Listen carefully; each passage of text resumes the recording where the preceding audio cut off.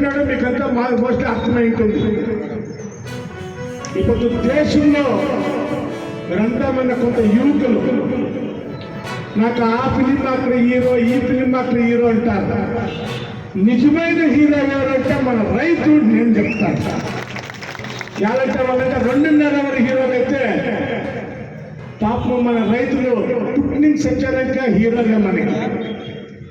ఆ hero van సంపాదన చూస్తే ఈ హీరో మన కడుపుకి అన్నం పెట్టేట్లా హీరో. ఈ హీరో దానికి నిజంగా ఇంకా గవర్నమెంట్లు రైతుల పరంగా ఉండాల్సింది వస్తుంది. కానీ ఇప్పుడు మేము కూడా ఒక రైతు గీత పాటిస్తుంది.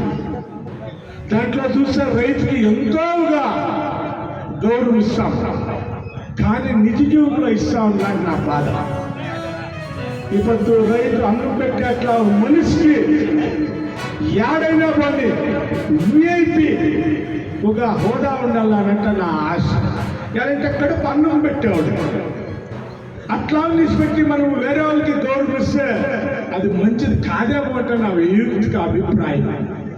దానికి ఇట్లా ఒక రైతు పరంగా ఈ సంఘటన ఉండొచ్చు, మనము ఉండొచ్చు. ఒక రైతుకి సహాయం చేస్తే ఆ దేవునికి మనము ఒక భక్తి ఇచ్చినట్లంటే బాగా జ్ఞాపకం పెట్టుకోవాలి. దానికి మీరందరూ అంటే ముందు దినాల్లో మా సంఘటన పాకేపల్లి ఉంటుంది. రైతుల పరంగా ఏమేమి ఉంది మీరు రావులా పనులు చేసుకోవాలా అని చెప్తా తిరిగి మా రమేష్ కుమార్ సార్ వచ్చిండారు. వాళ్ళు ఎట్లా అంటే నేను వాళ్ళు ఉన్నాడు 3 తూర్లు వంటి విధానసౌధాలు. ఆ యొక్క ఏమైనా మాట్లాడే స్టార్ట్ చేస్తే గప్టిప్ అయిపోతాడు ವಿಧಾನಸೌಧ ಅಂತ. ಈ ದೇಶಕ್ಕೆ ರೈತರಿಗೆ, ದೇಶದ ಕೃಷಿ ರಂಗಕ್ಕೆ ಇವತ್ತು ಮೋದಿ ಬಿಜೆಪಿ ಸರ್ಕಾರ ಇವತ್ತು ಮೋಸ ಮಾಡ್ತಾ ಇದೆ. ಆದ್ರಿಂದ ನಾವು ಈ ಮೋಸ ಮಾಡಿಸ್ಕೊಳ್ಳಿಕ್ಕೆ ದೇಶದ ರೈತರಿಲ್ಲ. ಈ ಚರಿತ್ರೆ ಗೊತ್ತಿರಲಿ ಮೋದಿ ಕೇಂದ್ರ ಸರ್ಕಾರಕ್ಕೆ, ರೈತ ವಿರೋಧಿ ಸರ್ಕಾರಗಳಿಗೆ. ಈ ದೇಶದಲ್ಲಿ ರೈತರು ಯಾವತ್ತು ಬೀದಿಗಿಳಿದ್ದಾರೆ, ರೈತರು ಯಾವತ್ತು ಹೋರಾಟ ಮಾಡಿದ್ದಾರೆ. ಈ ದೇಶದಲ್ಲಿ ರೈತ ಪರವಾದಂಥ ಕಾನೂನನ್ನು ಜಾರಿ ಮಾಡಲಿಕ್ಕಾಗಿ, ಈ ದೇಶದಲ್ಲಿ ಬಡವರಿಗೆ ಭೂಮಿ ಬೇಕು ಅಂತ ಹೋರಾಟ ಮಾಡೋದಕ್ಕಾಗಿ, ಈ ದೇಶದಲ್ಲಿ ದೇಶಕ್ಕೋಸ್ಕರ ಸ್ವಾತಂತ್ರ್ಯ ಹೋರಾಟಕ್ಕೋಸ್ಕರ ಕೂಡ ಈ ದೇಶದಲ್ಲಿ ರೈತರು ಸ್ವಾತಂತ್ರ್ಯ ಹೋರಾಟದಲ್ಲಿ ಕೂಡ ಭಾಗವಹಿಸಿದ್ದಾರೆ. ಹಲವಾರು ಚರಿತ್ರೆಯನ್ನು ತಿಳ್ಕೋಬೇಕು. ಈ ದೇಶದಲ್ಲಿ ನಮ್ಮ ಪಕ್ಕದ ರಾಜ್ಯ ತೆಲಂಗಾಣ ಇರಬಹುದು.